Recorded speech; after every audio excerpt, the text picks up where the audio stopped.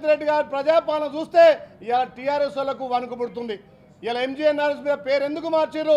దాంట్లో ఉన్నటువంటి గ్రామీణ ప్రాంతాల ప్రజల అభివృద్ధి కోసం, వాళ్ళ ఉపాధి కోసం ఉన్నటువంటి ఎంజీఎన్ఆర్ఎస్ పేరును విబిజీ రామ్జీగా మార్చడం వెనుక ఆంతర్యం ఏందని చెప్పి దాని మీద చర్చ పెడితే బీఆర్ఎస్ వాళ్ళు ఏడ మాట్లాడితే బీజేపీ బీఆర్ఎస్ దోస్తాన్ బంద్ అవుతుందని చెప్పి ఇలా చర్చల్లో పాల్గొనలేకపోయారు.